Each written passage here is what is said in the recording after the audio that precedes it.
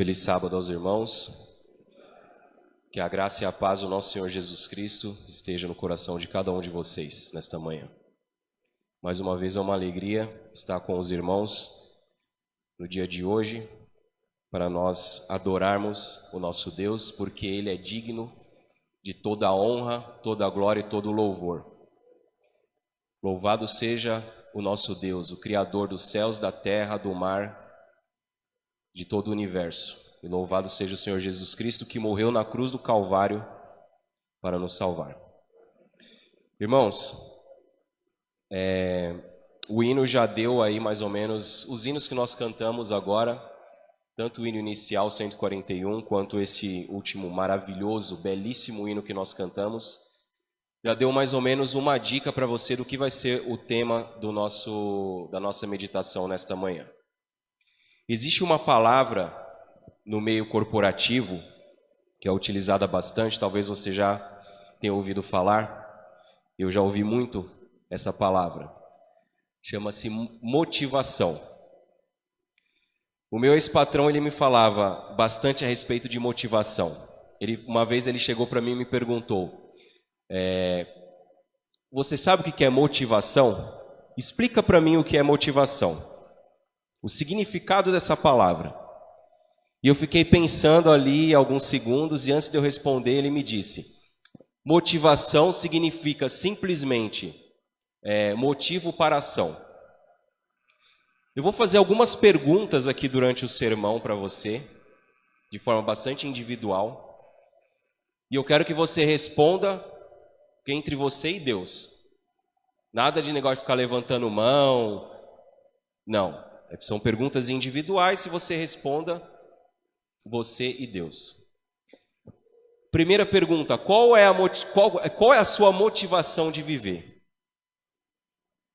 Para que você levanta todos os dias de manhã? Se você falar para mim, a minha motivação de viver é o meu cônjuge, a minha mulher ou o meu esposo, está errado. Se você fala para mim, a minha motivação, aquilo que me faz acordar todos os dias de manhã são os meus filhos, está errado. Se você falar, o meu trabalho, está errado. São os meus estudos, também. A nossa motivação, aquilo que dá sentido para a sua vida, para a minha e para a sua vida, é Jesus Cristo. Se Jesus não for aquilo que dá sentido para você, aquilo que faz você levantar de manhã todos os dias, está errado. Irmãos, eu estava assistindo um vídeo, alguns vídeos no YouTube, nem lembro o que eu estava assistindo, mas o YouTube é um troço que você assiste e ele vai indicando, sabe aquele negócio? Vai relacionando, né, os vídeos, e você fica preso naquilo ali. É uma estratégia deles, né? Você termina de assistir, eles vão indicar outro e você vai e não sai daquilo. E eu estava lá assistindo, parei num vídeo que eu fiquei, irmãos, eu assisti aquilo e eu não consegui dormir de noite com o que eu vi. A história é mais ou menos o seguinte. Uma mulher de 31 anos, no dia do seu casamento, ela decidiu fazer uma surpresa para o seu noivo. E ela entrou dentro de um helicóptero, junto com... Isso aconteceu no ano 2016, talvez alguns aqui se lembrem. E ela entrou dentro de um helicóptero, junto com o irmão dela, que era um dos padrinhos do casamento, a fotógrafa do casamento, que estava grávida, e, obviamente, o piloto. Então, tinham 5 pessoas dentro daquele helicóptero. E ela saiu da cidade de Osasco, e o destino deles era a cidade de São Lourenço da Serra, onde ia acontecer a cerimônia do casamento. E o noivo estava lá esperando. E a fotógrafa decide, então, filmar a viagem. Ela pegou a câmera, colocou ali no painel do helicóptero, e eles começaram a filmar aquela viagem. E a noiva belíssima ali, vestida com aquele vestido, toda maquiada, bem bonita. E eles partiram. E aí, o que acontece? Quando chega a 2 quilômetros do destino, acontece ali algum problema e o helicóptero cai. E todos morrem. Eu fiquei pensando, falei assim, meu Deus, se não for Jesus na nossa vida, irmãos, qual é o sentido de nós vivermos? Fala para mim.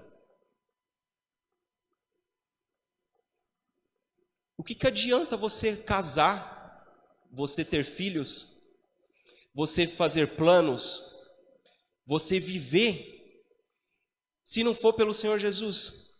Se não for a esperança que arde em nosso coração, ou que pelo menos deveria arder no nosso coração, a esperança da volta de Jesus. Se não for isso, a nossa vida não tem sentido nenhum. O que adianta a gente viver? O que adianta nós acordarmos num dia de sábado, virmos até a igreja, louvar e adorar a Deus, se nós não tivermos a esperança de Jesus? Se a esperança de Jesus não estiver à nossa frente todos os dias, todas as horas, todos os segundos, a cada respirar nosso, a cada batida do nosso coração, nós temos que ter a volta de Jesus à nossa frente. Isso tem que ser a nossa motivação. Tem que ser a volta de Jesus, irmãos. Então, nesta manhã, nós iremos meditar um pouco, refletir a respeito da volta de Jesus. O que é impressionante, irmãos, o que eu fico assim, pasmo, é que a gente fala pouco da volta de Jesus. Deveríamos falar muito mais. O meio cristão, quando eu digo meio cristão, eu estou me referindo a toda a cristandade, não é só a nossa igreja, não fala da volta de Jesus. Não se prega da volta de Jesus. Você tem todo tipo de espécie de sermão. Hoje em dia está na moda até sermão de autoajuda. E as pessoas não falam da volta de Jesus. Pois nesta manhã, irmãos, nós vamos meditar na volta de Jesus. E eu quero que você, se caso você entrou por a porta da igreja hoje, e você precise, e eu também, nós precisamos reavaliar as nossas prioridades. Que isso seja feito essa manhã. Tudo na nossa vida tem que ter como base a volta de Jesus. Se você é jovem, vai casar, volta de Jesus. Será que o meu casamento vai ser um tropeço para a minha vida espiritual? Jovem que vai escolher uma profissão, que está pensando em entrar na faculdade, volta de Jesus.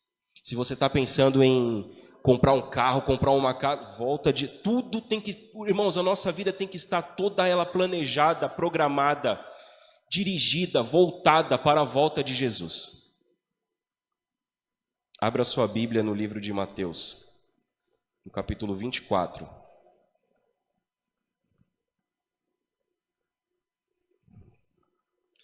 Mateus capítulo 24. Nós vamos ler os versos 32 até o verso 39.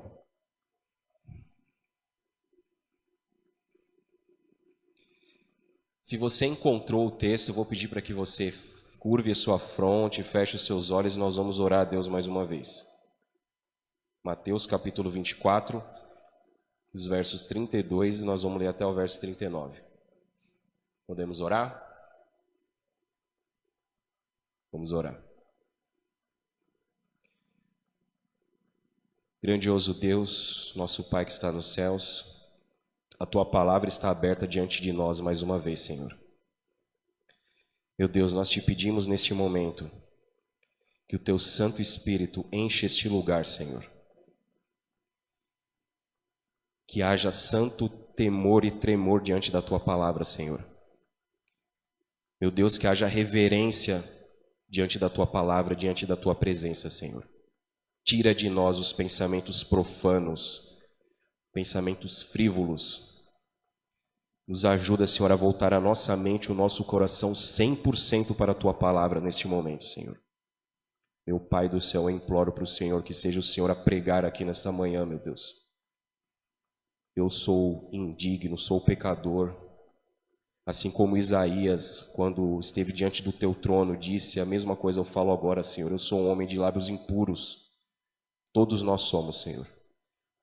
Por isso, por favor, meu Pai, perdoa os nossos pecados e nos ajude, Senhor, a entender a Tua palavra com clareza, Senhor. Que a mesma possa achar guarida em nosso coração, meu Deus, e que nós possamos sair daqui mais santificados do que entramos, mais próximos do Senhor, meu Pai. Tudo isso nós te pedimos, oramos e agradecemos em nome de Jesus. Amém. Amém. O texto diz o seguinte, verso 32. Aprendei, pois, as palavras do próprio Senhor Jesus Cristo. Aprendei, pois, a parábola da figueira. Quando já os seus ramos se renovam e as folhas brotam, sabeis que está próximo o verão. Assim também vós, quando virdes todas estas coisas, sabei que está próximo às portas. Em verdade vos digo que não passará esta geração sem que tudo isso aconteça. Passará o céu e a terra, porém as minhas palavras não passarão. Mas a respeito daquele dia e hora ninguém sabe, nem os anjos dos céus, nem o Filho, senão o Pai. Pois assim como foi nos dias de Noé, também será a vinda do Filho do Homem. Porquanto, assim como nos dias anteriores ao dilúvio, comiam e bebiam, casavam e davam-se em casamento, até o dia em que Noé entrou na arca, e não perceberam, senão quando veio o dilúvio e levou a todos, assim será também a vinda do Filho do Homem. Até aqui. Irmãos, eu queria destacar alguns detalhes aqui dessa fala de Jesus. Primeiro que esse texto ele faz parte do sermão profético de Jesus. Se você ler os versos aí antes, você vai ver que Jesus ele fala a respeito do princípio das dores, da grande tribulação, a vinda do Filho do Homem.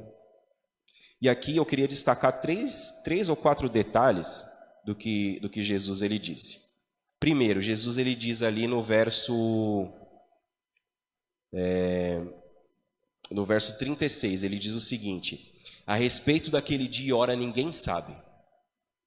Não adianta, irmãos, nós ficarmos marcando data para a volta de Jesus, e isso ultimamente tem voltado a acontecer, inclusive na nossa igreja. Eu já vi alguns vídeos aí pela internet de pessoas dizendo que Jesus vai voltar em 2027, e aí coloca a irmã White no meio, dizendo que o mundo, quando completar 7.000 anos, né, Jesus vai voltar, e fazem ali alguns cálculos. Irmãos, não adianta. O Senhor Jesus Cristo ele disse a respeito daquele dia e hora ninguém sabe. Irmãos, se você soubesse que Jesus fosse voltar no ano de 2023, eu tenho certeza que muita coisa na nossa vida ia mudar. Muita coisa ia mudar. Muita coisa que a gente faz hoje a gente ia deixar de fazer, porque Jesus está voltando, eu preciso me preparar para a volta de Jesus. É por isso que o Senhor Jesus Cristo ele disse, o dia, especificamente o dia e a hora, ninguém sabe. Mas apesar disso, Jesus ele deixou alguns sinais da sua volta. E aqui ele usa o exemplo da figueira, né? No verso 32 ele diz, aprendei, pois, a parábola da figueira. Quando já os seus ramos se renovam e as folhas brotam, sabeis que está próximo o verão. Ou seja, ele está dizendo aqui, vocês sabem interpretar os sinais, vocês vão saber interpretar os sinais. Vocês vão olhar para o mundo natural e vocês vão entender que a minha volta está próxima. E o detalhe interessante aqui que Jesus diz é o seguinte, quando todas estas coisas estiverem acontecendo, sabeis que está próximo. Quais são os sinais que Jesus disse nos versos anteriores ali, que antecederiam a sua volta? Quais são aí os sinais, irmãos? Diz aí algum sinal aí para mim. Guerra, o que mais? Rumores de guerra. Ontem o Cleiton me mandou um vídeo dizendo que os Estados Unidos e a Rússia estão se estranhando de novo. Falei, pronto, vai voltar a Guerra Fria. Rumores de guerra, o que mais? Fome, o que mais? Doenças, epidemias, sinais no mundo natural. Tudo isso sempre aconteceu no mundo, desde que o mundo é mundo? Sim ou não? Sim, mas Jesus ele está dizendo um detalhe. Quando todas essas coisas estiverem acontecendo ao mesmo tempo, aí está próximo. E é o que está acontecendo nos nossos dias. Tudo ao mesmo tempo. São problemas econômicos, rumores de guerras, sinais no mundo natural, terremotos. Irmãos, no Japão, sabia que no Japão são 10.000 terremotos por dia? Irmãos, que mundo é esse que a gente vive? Você vive num país que tem 10.000 tremores. É lógico que eles estão acostumados já. É a mesma coisa que chover à tarde no verão aqui pra gente. Mas Jesus ele diz, quando todas essas coisas estiverem acontecendo ao mesmo tempo, sabeis que está próximo. Sabeis que estou à porta. E aí ele diz e aí ele especifica ainda mais. Nosso Deus é maravilhoso, né? Ele oculta de nós aquilo que ele sabe que vai nos prejudicar que é o dia e a hora. Isso ele sabia que isso, se a gente soubesse a respeito disso, a gente ia se prejudicar. Porém, os sinais, ele deixa bastante claro e ele amplia bastante o nosso cenário a respeito disso. E então ele especifica ainda mais no verso 38, no verso 37 e 38. Assim como foi nos dias de Noé, também será a vinda do Filho do Homem.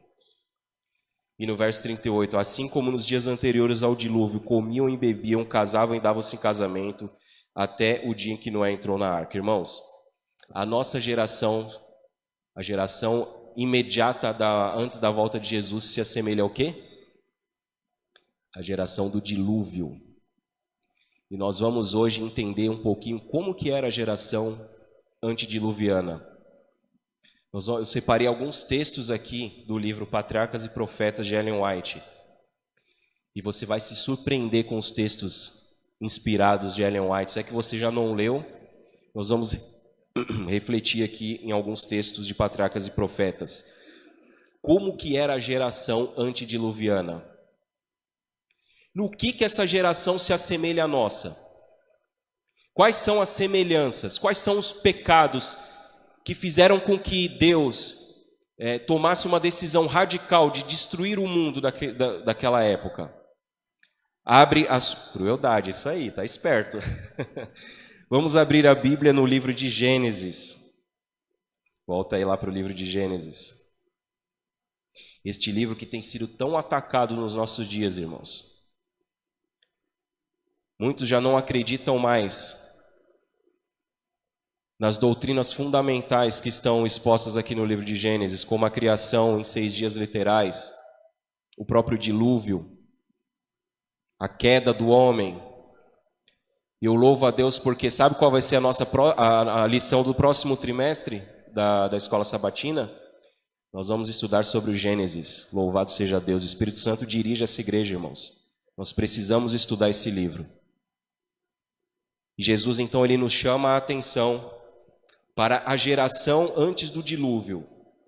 E no capítulo 6 do livro de Gênesis, no verso 3, diz o seguinte: Então disse o Senhor: O meu espírito não agirá para sempre no homem, pois este é carnal, e os seus dias serão 120 anos. E agora o verso 5. Viu o Senhor que a maldade do homem se havia multiplicado na terra, e que era continuamente mal todo o desígnio do seu coração. Isso daqui já nos deixa assim de orelha em pé, né? Porque se a nossa geração se assemelha àquela, isso daqui se aplica aos nossos dias. Primeiro, o Espírito Santo de Deus não agirá no homem para sempre, porque este é carnal. Irmãos, Deus na sua misericórdia, Ele limitou a nossa vida em 120 anos. E hoje você pode pesquisar, não existe ser humano na Terra que viva mais que 120 anos. Eu já vi uma velhinha ali na Itália, se eu não me engano, viveu 121. Então Deus ainda deu um ano de misericórdia para ela ali. Mas Deus, na sua infinita misericórdia e sabedoria, Ele limitou a nossa vida. Porque imagina você viver neste mundo. Imagina você viver no período da Idade Média, 1000 anos. Difícil, hein? Depois pesquisa como que eram as condições de vida ali na Idade Média. Você vai entender que Deus realmente teve misericórdia de nós. E o verso 5 diz que o Senhor viu que a maldade do homem se havia multiplicado e o seu coração era continuamente mau.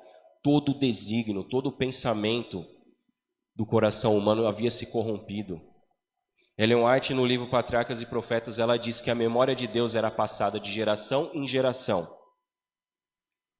E aquilo acabou se perdendo, porque as pessoas começaram a corromper o seu coração e acabaram se esquecendo de Deus, acabaram ignorando a sua existência. O primeiro texto diz o seguinte, na página 65. Presta atenção o que ela diz aqui. Que aquela geração procurava apenas satisfazer aos desejos de seu coração orgulhoso e se satisfaziam com momentos de prazer e maldade, não querendo conservar a Deus em sua memória, logo passaram a negar a sua existência. Irmãos, o ser humano, quando ele começa a ocupar sua mente com momentos de satisfação, de prazer, mesmo que ele saiba, que ele entenda que Deus ele existe, que existe um Criador, se ele começar a deter a sua mente nessas coisas, nas coisas carnais, nas coisas que este mundo oferece, logo ele vai deixar Deus de lado na sua memória. Logo a existência de Deus vai deixar de ser significativa para essa pessoa. Por isso nós precisamos tomar muito cuidado. Eu queria que os irmãos abrissem a Bíblia aí no livro de 2 Pedro. Ainda comentando a respeito desse texto que nós acabamos de ler aqui no livro Patriarcas e Profetas. Olha só o que a palavra de Deus nos diz aí em 2 Pedro, no capítulo 3.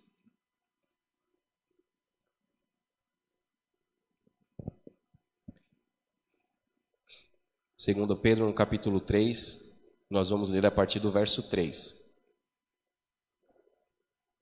Só para refrescar a memória de vocês, Ellen White ela diz então que aquela geração procurava apenas satisfazer os seus desejos do seu coração, não querendo conservar a Deus em memória, logo passaram a negar a sua existência. Olha o que a palavra de Deus nos diz a respeito dos dias em que nós estamos vivendo hoje. O texto diz o seguinte a partir do verso 3. Tendo em conta, antes de tudo, que nos últimos dias virão escarnecedores com seus escárnios, andando segundo as suas próprias paixões e dizendo: onde está a promessa de sua vinda?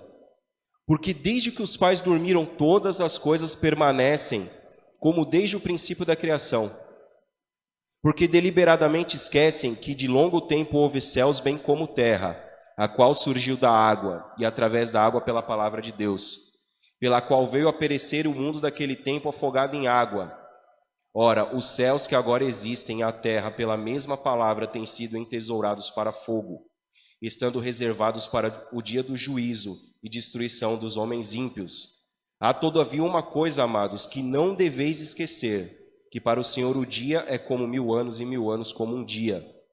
Não retarda o Senhor a sua promessa, como alguns a julgam demorada. Pelo contrário, Ele é longânimo para convosco, não querendo que nenhum pereça, senão todos cheguem ao arrependimento. E agora o verso 10. Virá, entretanto, como ladrão o dia do Senhor, no qual os céus passarão com estrepitoso estrondo e os elementos se desfarão abrasados. Também a terra e as obras que nela existem serão atingidas. Prestou atenção nesse texto? Pedro ele está dizendo que nos últimos dias viriam escarnecedores com seus escárnios, dizendo: onde é que está a volta de Jesus que vocês tanto pregam?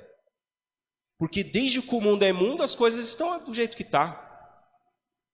Nunca muda, tudo, entra ano, sai ano e está tudo igual. Nós vivemos em uma geração, irmãos, assim como era a geração dos antediluvianos, numa geração de escarnecedores, de zombadores da palavra de Deus, do santo nome de Deus, das coisas sagradas. E uma coisa que me espanta é que muitos cristãos, assim como o Salmo 1 ele diz, né, bem-aventurado o homem que não se assenta, que não anda segundo o conselho dos ímpios, não se detém no caminho dos pecadores e nem se assenta na roda dos escarnecedores. Antes tem o seu prazer na lei do Senhor e nela medita de dia e de noite. Existem muitos cristãos hoje em dia, irmãos, que estão se assentando na roda dos escarnecedores. Essa é a geração que nós vivemos hoje.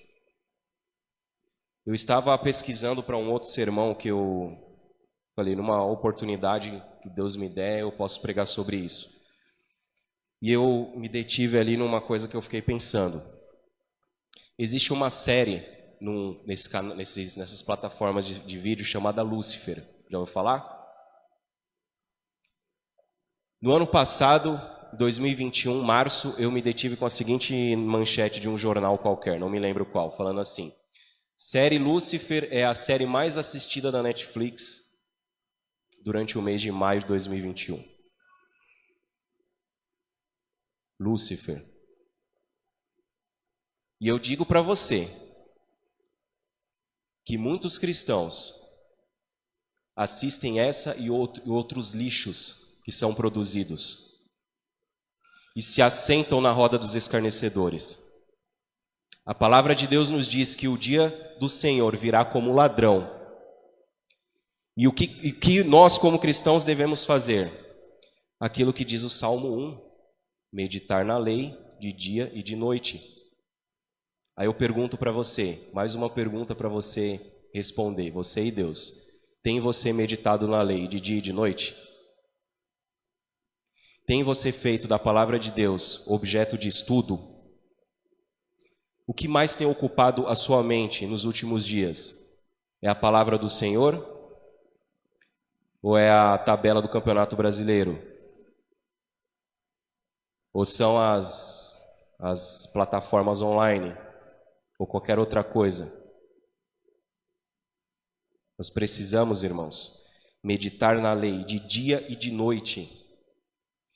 Se a nossa vida... Irmãos, nós somos pecadores. Eu sou pecador.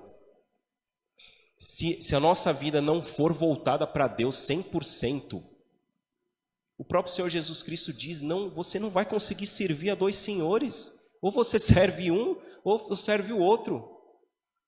Nós temos que nos voltar para Deus 100% da nossa vida. A cada batida do nosso coração, a cada respirar, é Deus. A nossa oração todos os dias tem que ser, Senhor, eu preciso de mais comunhão com o Senhor. Não é suficiente. Eu preciso de mais do Espírito Santo. Eu preciso meditar sobre a volta de Jesus. Eu preciso estudar mais a palavra de Deus. Irmãos, eu já vi na igreja, e eu me coloco também nesse meio, professor de escola sabatina com a lição em branco. Eu já vi isso na igreja. Nós precisamos, irmãos, acordar porque o Senhor Jesus Cristo está voltando. Continuando aqui, o livro de Ellen White, ela diz, na página 66, outra característica bastante se assemelha com a do nosso tempo hoje, daquela geração. Nem a relação do casamento, nem os direitos de propriedade eram respeitados. Tinham prazer na destruição da vida de animais, e o uso de carne como alimento tornava-os ainda mais cruéis e sanguinários, até que chegaram a considerar a vida humana com espantosa indiferença. Prestou atenção no que está escrito aqui? Agora pega isso que escreveu e traz para os nossos, que ela escreveu e traz para os nossos dias. Vou repetir. Nem a relação do casamento, nem os direitos de propriedade eram respeitados. Irmãos, durante a pandemia, os divórcios aumentaram mais de 75%. Bastou um período de confinamento, onde os casais eles tiveram que conviver mais tempo juntos, que o número de divórcios disparou.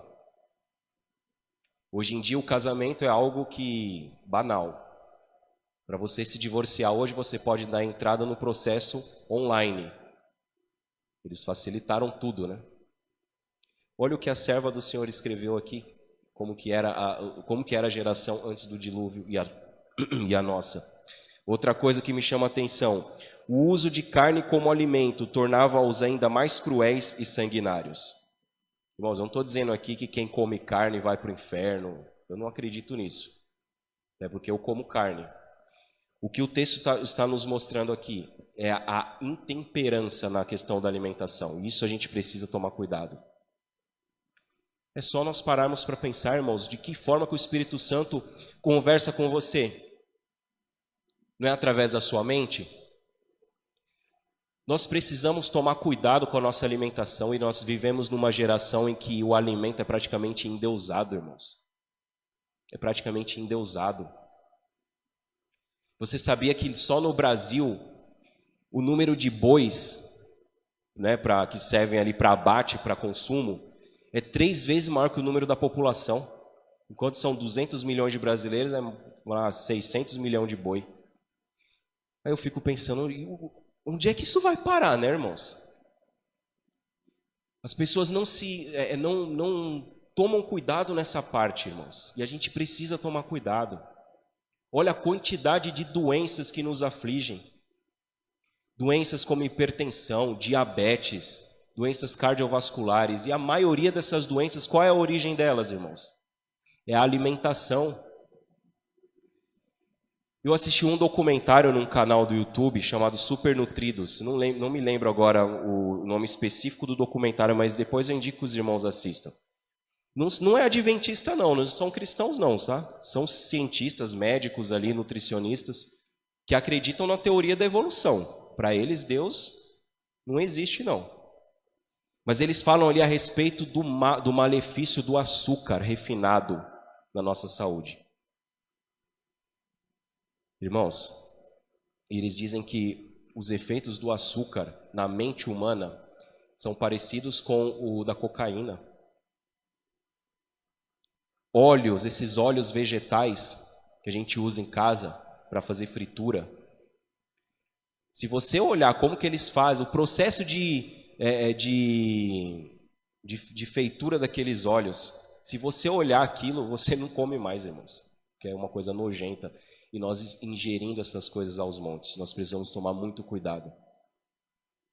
E outro detalhe aqui que ela diz, que eles chegaram a considerar a vida humana com espantosa indiferença. Isso aqui eu não preciso nem dizer, né, irmãos? Basta você ver aí o número de abortos no mundo.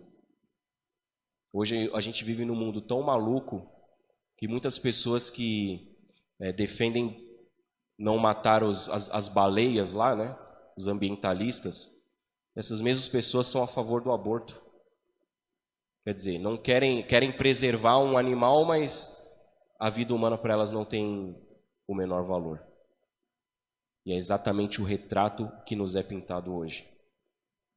Continuando aqui, ela diz o seguinte: muitos a princípio pareceram receber a advertência, contudo, não se voltaram para Deus com verdadeiro arrependimento. Não estavam dispostos a renunciar aos seus pecados. Ela diz que o povo naquele tempo, num primeiro momento, eles pareceram receber a advertência, mas não quiseram renunciar aos seus pecados. Eu queria que os irmãos voltassem um pouco aí na palavra de Deus. Nós estamos ali em 2 Pedro, vamos voltar um pouquinho para o livro de 2 Timóteo, no capítulo 3.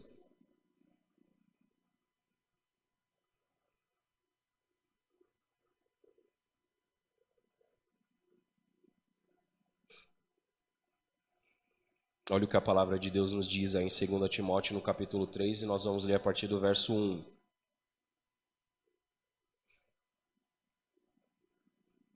Os apóstolos inspirados pelo Espírito Santo, assim como o apóstolo Pedro disse, nos últimos dias,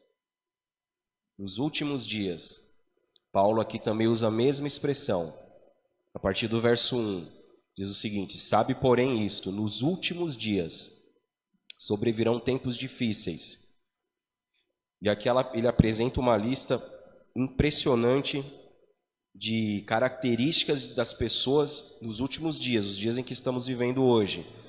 Os homens serão egoístas, avarentos, jactanciosos, arrogantes, blasfemadores, desobedientes aos pais, ingratos, irreverentes, desafeiçoados, implacáveis, caluniadores, sem domínio de si, cruéis, inimigos do bem, traidores, atrevidos, enfatuados, mais amigos dos prazeres do que de Deus, tendo forma de piedade, negando-lhe, entretanto, o poder. Foge também destes. O que muitas vezes a gente não se dá conta é que quando a gente olha para esse texto, a gente acha que essa lista aqui de características, o apóstolo faz referência a pessoas fora da igreja, né? Mas dá uma olhadinha no verso 5 aí. O que está dizendo o verso 5? Que esses homens teriam o quê? Forma de piedade.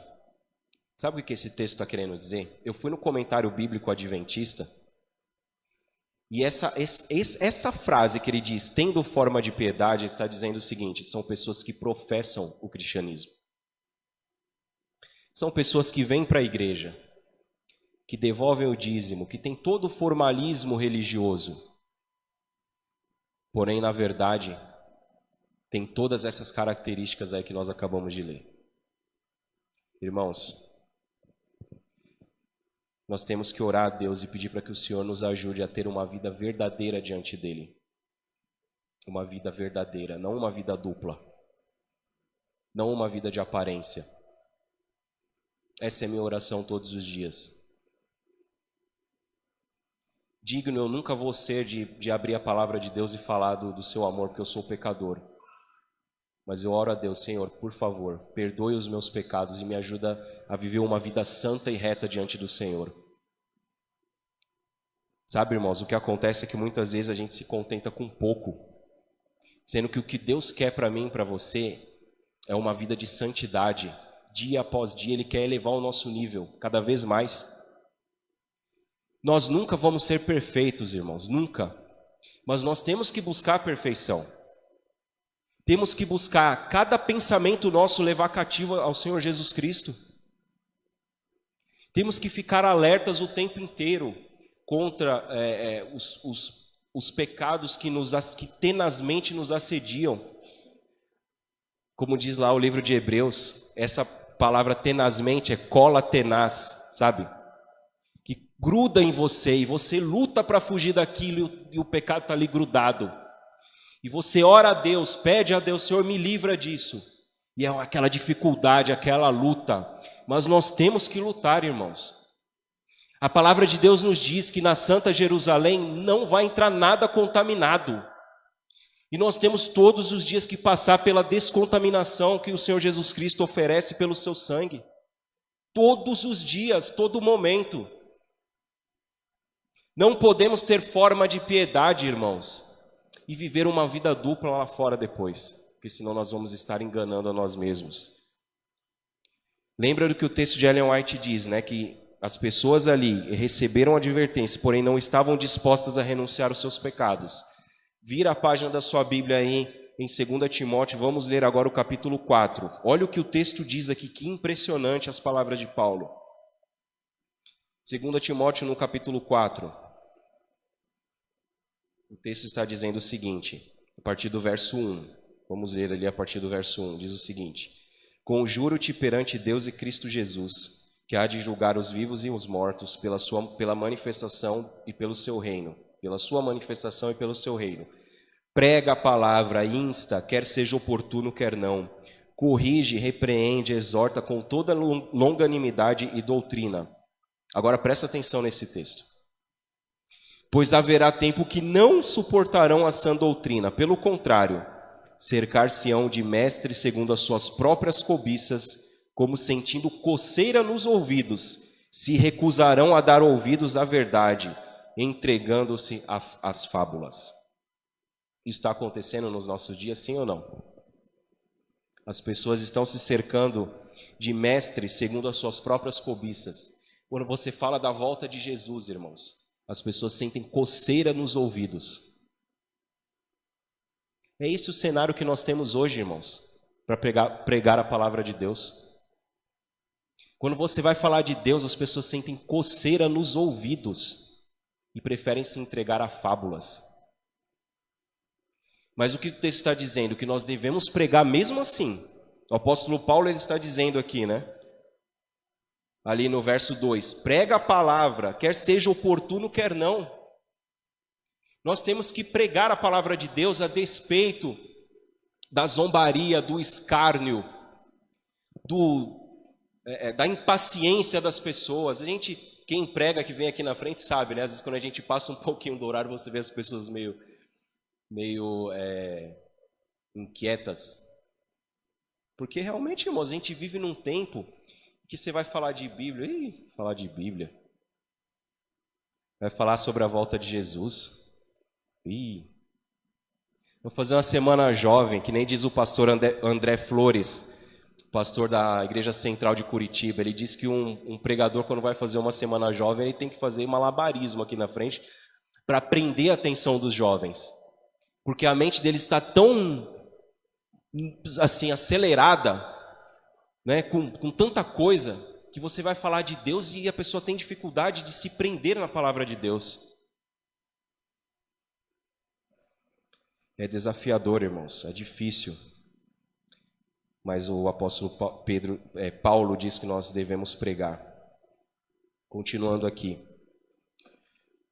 Ela diz o seguinte: que os antediluvianos continuaram com suas festas e banquetes de glutonaria, Comiam e bebiam, plantavam e edificavam, fazendo seus planos com relação às vantagens que esperavam adquirir no futuro. Afundaram-se mais no pecado e no obstinado desprezo às ordens de Deus, a fim de testemunhar que não tinham medo do ser infinito.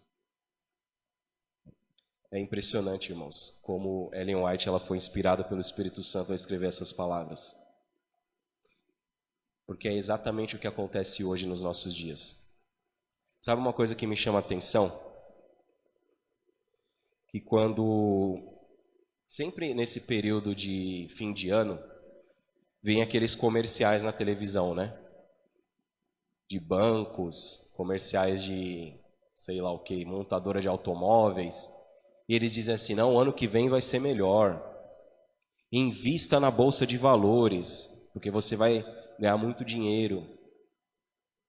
Faça planos de previdência privada. Irmãos, quem é que fala da volta de Jesus, irmãos? O mundo está se destroçando ao nosso redor, a gente percebe isso. O mundo está ruindo. Mas Satanás ele quer que a gente fique preso nas coisas deste mundo. Ele quer que a gente pense, quer que a gente se preocupe com os nossos investimentos, com os nossos lucros futuros, com a nossa vida boa aqui nessa terra. Mas como é que a gente vai ter uma vida boa aqui nessa terra, irmãos? Pois é exatamente essa característica que se assemelha bastante com aquela geração e a nossa hoje. E aqui,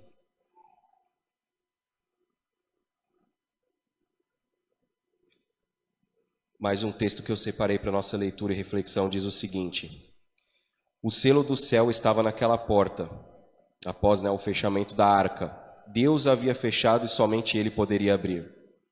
Assim também, quando Cristo terminar sua intercessão pelo homem culpado, antes de sua vinda nas nuvens do céu, será fechada a porta da misericórdia.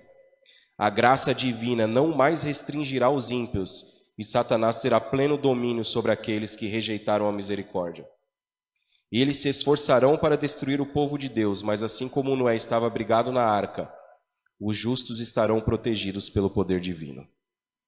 Amém, glória a Deus.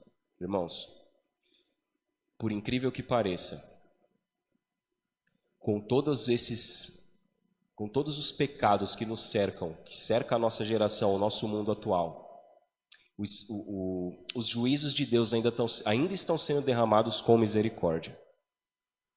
Muitos dizem que o coronavírus é um castigo de Deus, né? É uma das pragas. Não é, irmãos. Não é. O Espírito Santo de Deus ainda está agindo no coração do ser humano. Ainda não foi 100% retirado daqueles que rejeitam a graça e a misericórdia de Deus.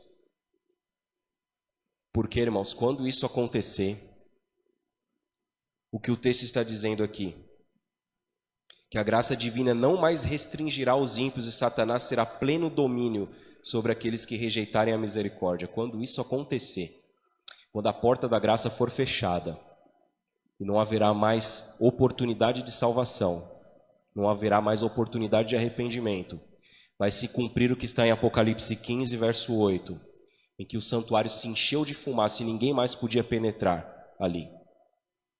Aí sim a coisa vai ficar feia, irmãos. Por isso que o momento que nós estamos vivendo hoje é oportuno para que nós possamos confessar os nossos pecados, buscar arrependimento diante de Deus, buscar viver uma vida reta diante dele, porque nós ainda temos oportunidade, a porta da graça ainda está aberta.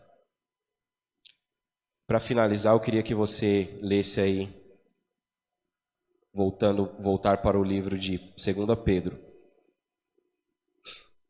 Volta para o livro lá de 2 Pedro.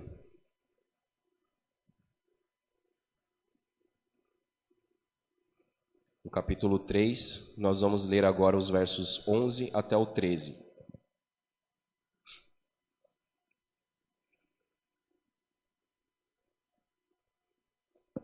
Segunda Pedro, capítulo 3, versos 11 até o 13.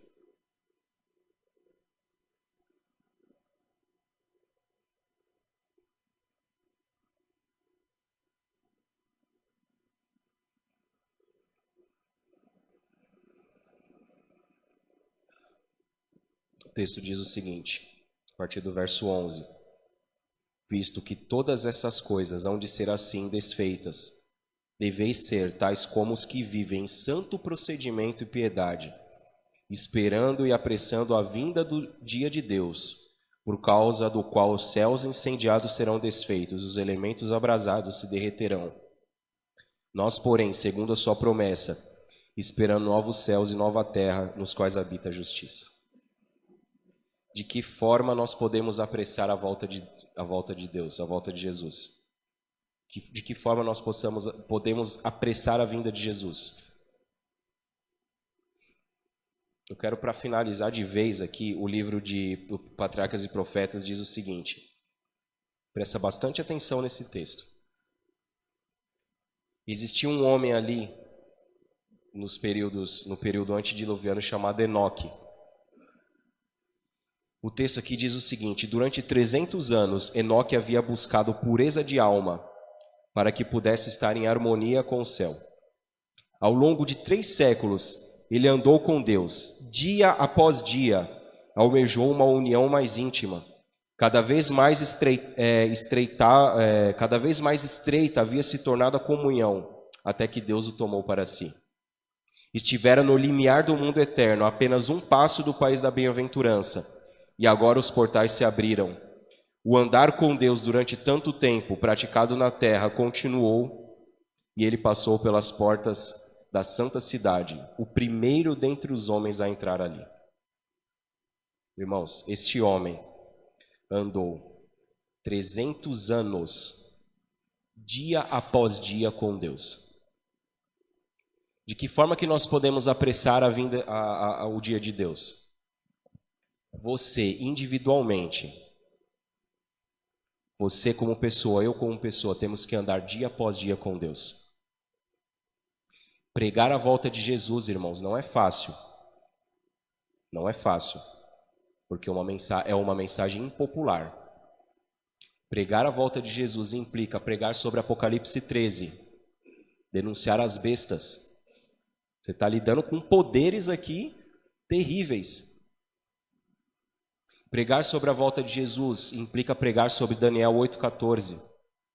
Até 2.300 tardes e manhãs o santuário será purificado. Pregar sobre a volta de Jesus implica pregar sobre juízo sobre essa terra.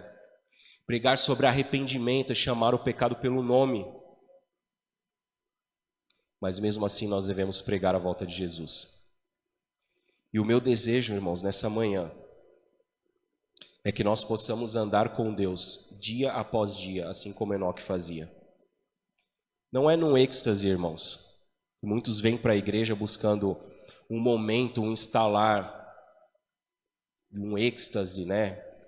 E ali vai tomar uma decisão. Não, irmãos, fazer como Enoque é dia após dia. São nas pequenas coisas.